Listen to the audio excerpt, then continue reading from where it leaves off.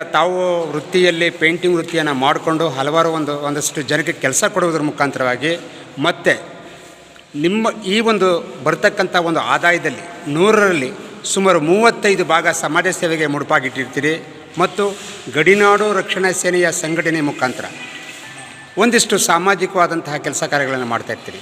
ಹಾಗಾಗಿ ಈ ಒಂದು ವೃತ್ತಿ ಮತ್ತು ಈ ಒಂದು ಪ್ರವೃತ್ತಿ ಮತ್ತು ಈ ಒಂದು ಸಂಘಟನೆ ಹೇಗೆ ಬ್ಯಾಲೆನ್ಸ್ ಮಾಡ್ತೀರಿ ಸರ್? ಸರ್ ಬೇರೆ ಅಂದರೆ ಫಸ್ಟು ನಮ್ಮದು ದುಡಿಮೆ ಸರ್. ದುಡಿಮೆ ಇದ್ರೇ ಎಲ್ಲ ಆಗೋದು, ಇಲ್ಲದೇನು ಮಾಡೋಕ್ಕೆ ಇಲ್ಲ. 6-7 ಗಂಟೆಗೆ ಬಂದು ಹುಡುಗರಿಗೆಲ್ಲ ರೆಡಿ ಮಾಡಿಬಿಟ್ಟು ಕೆಲಸ ನೋಡಿ, ನೀವೇ ನೋಡ್ತಾ ಇದ್ದೀರಲ್ಲ ಕೆಲಸ ಮಾಡ್ತಿರೋದು. ಹೌದು, ಎಲ್ಲ ನಾವು ಕೂಡ ಜವಾಬ್ದಾರಿ ಕೆಲಸಗಳಿದೆಲ್ಲ ದೊಡ್ಡ ಕೆಲಸಗಳು, ಜವಾಬ್ದಾರಿ ಕೆಲಸಗಳು. 10,000 ಜನ ಬಂದು ಹೋಗೋದಿಲ್ಲ. ನಾವು ಸ್ವಲ್ಪ ಜವಾಬ್ದಾರಿ ತಗೊಂಡು ಮಾಡಿಸ್ತಾ ಇದ್ದೀನಿ ಎಲ್ಲ ನೋಡಿ. ಯಾವತ್ತ ಒಬ್ಬರು ನೋಡಿ ಇವತ್ತೆಲ್ಲ ನಾನು ಬೇರೆ ಕೆಲಸಗಳು ಸಿಗ್ಬೋದು. ಪೈಂಟ್ರ್ ಮುಂದಿನದು ಬಿಟ್ಬಿಟ್ಟು ತಾಲೂಕು ಪರಿಚಯ ಇದೆ, ಅದನ್ನೂ ಒಂದು ಸ್ವಲ್ಪ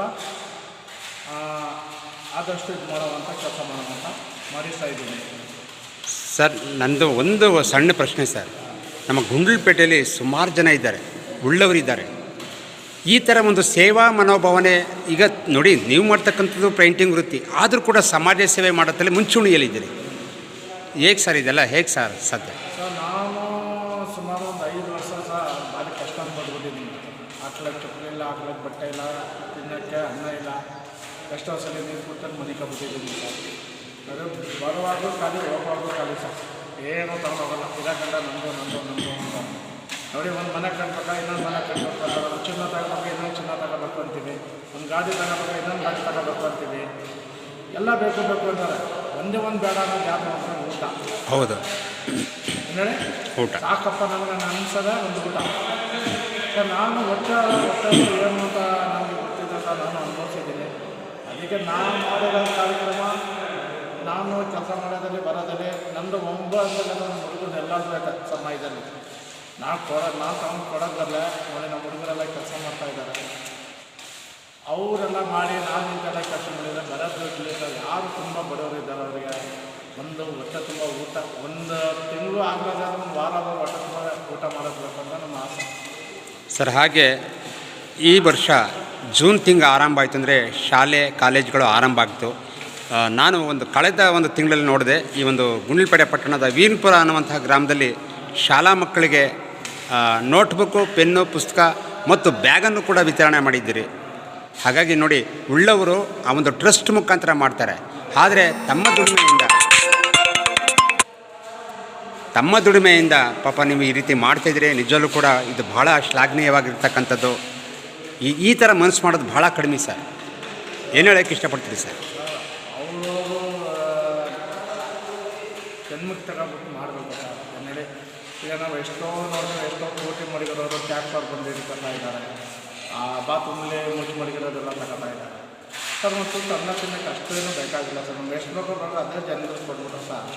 ಎಷ್ಟೋ ನಾವು ಆರಾಮಾಗಿರ್ತೀವಿ. ಏನಪ್ಪ ಅಂತ ನೋಡಿ, ಅವ್ರವ್ರದ್ದು ಈಗ ನಾನು ಗೊತ್ತಿದ್ದೀನಿ.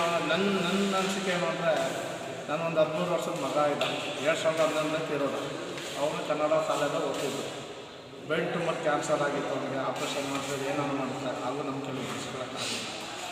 ಈಗ ನಾವು ಒಂದು ಸ್ಕೂಲ್ಗೆ ಬುಕ್ಕು ಬ್ಯಾಗ್ಗಳು ಬಂದು ನನಗೆ ತುಂಬ ಸಂತೋಷ. ಏನೋ ನನ್ನ ಮಗನೇ ಇರ್ಬೋದು, ಇಲ್ಲ ನಮ್ಮ ತಂಗಿ ಮಗ, ನಮ್ಮ ಅಕ್ಕನ ಮಗ ಇರ್ಬೋದು, ನನ್ನ ತಮ್ಮನ ಮಗ ಇರ್ಬೋದು, ಯಾರೋ ಅದು ಓಡಲಿ ಅದರಲ್ಲಿ ನನ್ನ ಮಗ ಥರ ಅಂತ ನೋಡ್ಕೊಂಡು ನನ್ನ ಬರೋ ದುಡ್ಡು ನಾನು ಕೊಟ್ಬಿಟ್ಟು ಬರ್ತೀನಿ ಸರ್. Okay sir. ಯಾಕೆಂದರೆ ಸುಮಾರು ಅದನ್ನು ನೀವು ಹೇಳಿದ್ರೆ ಸರಿ. ಯಾಕಂದರೆ ನಿಮ್ಮ ಮಗನ ಈ ಒಂದು ಸಮಾಜ ಸೇವೆ ಮಾಡೋದ್ರ ಮುಖಾಂತರ ನಿಮ್ಮ ಮನಸ್ಸಿಗೆ ಆತ್ಮತೃಪ್ತಿಯನ್ನು ಹೊಂದ್ತಾ ಇದ್ದೀರಿ. ತಾಯಿ ಚಾಮುಂಡೇಶ್ವರಿ ನಿಮಗೆ ಒಳ್ಳೇದು ಮಾಡಲಿ, ಶುಭವಾಗಲಿ ಸರ್. ಹಾಂ, ಓಕೆ ಸರ್. ಶುಭ ಆಗಲಿ. ಇದು ನೋಡಿ, ನಾವು ಏನು ಮಾಡಿದ್ರು ಅದು ನಾವು ಇದೆಲ್ಲ ಮಾಡ್ತಿರೋದು 4 ಜನಕ್ಕೆ ದುಡ್ಡು ಆಗಲಿ ಅಂತ ಇಲ್ಲ ಸರ್. ದುಡ್ಡು ಕಿತ್ಕೊಳ್ಳೋಕೆ ಮಾಡ್ತಾಯಿಲ್ಲ. ನಾವು ಮಾಡೋದು ಬೇರೆಯವ್ರದ್ದು ಯಾರಾದರೂ ಮಾಡಿದ್ರೆ, ಈಗ ನಾವು ಒಂದು ಕೇಳಿ ಚಪ್ಪಲ ಬರೋಲ್ಲ, 2 ಕೇಳಿಗಳನ್ನ ಸೌಂಡ್ ಬರೋದು. ಆ ಥರ ಎಲ್ಲನೂ ಸೇರಿಸ್ಕೊಂಡು ಮಾಡಿದ್ರೆ ನಮ್ಮ ಗುಂಡ್ಲುಪೇಟೆ 90 ಭಾಗ ಇಲ್ಲ 80 ಭಾಗ ಹೊಟ್ಟೆ ಹಾಕ್ಕೊಂಡಾಗ ನೆನಕೋಬೋದು. ಹೌದು. ಈಗ 100ಕ್ಕೆ 100 ಇಡೀ ಗುಂಡ್ಲುಪೇಟೆ ತಾಲೂಕು ಕೆಲಸ ನಾವೆಲ್ಲ ಮಾಡ್ತೀನಿ ಅಂತೆಲ್ಲ ನನ್ನ ಕೆಲಸಕ್ಕೆ ಬಂದಿದ್ದು. ನನ್ನ ಕೈಲಿ ಆದಷ್ಟು ಹೆಲ್ಪ್ ಮಾಡ್ತಾಯಿದ್ದೀನಿ. ಅದಕ್ಕೆ ದಾನಿಗಳು ಬೇರೆಯವರು ಇದ್ದಾರೆ. ಈಗ ನಾವು ಮಾಡಿರೋ ಸುಮಾರು ನಮಗೆ ಧರ್ಮಸ್ಥಳ ಸಂಘದವರು, ಬೇರೆ ಸಂಘದವರು ಎಲ್ಲ ಫಾಲೋ ಮಾಡ್ತಾಯಿದ್ದಾರೆ. 1,000 ಕೊಡೋದು, ಅವ್ರಿಗೆ ಸೈಕಲ್ ಕೊಡೋದು, ಎಷ್ಟೋ ಜನಕ್ಕೆ ಮಾತ್ರ ಕೊಡೋದು, ಬ್ಯಾಂಕ್ಗಳಲ್ಲಿ ತಿಂಗಳು 1,000 ಕೊಡೋದೆಲ್ಲ ಅವರು ನಾವು ಮಾಡಿರೋದು 5 ಸಂಘಟನೆಯವರು ಸಂಘದವರು ಫಾಲೋ ಮಾಡ್ತಾ ಇದ್ದಾರೆ. ನಮಗೆ ತುಂಬ ಖುಷಿ.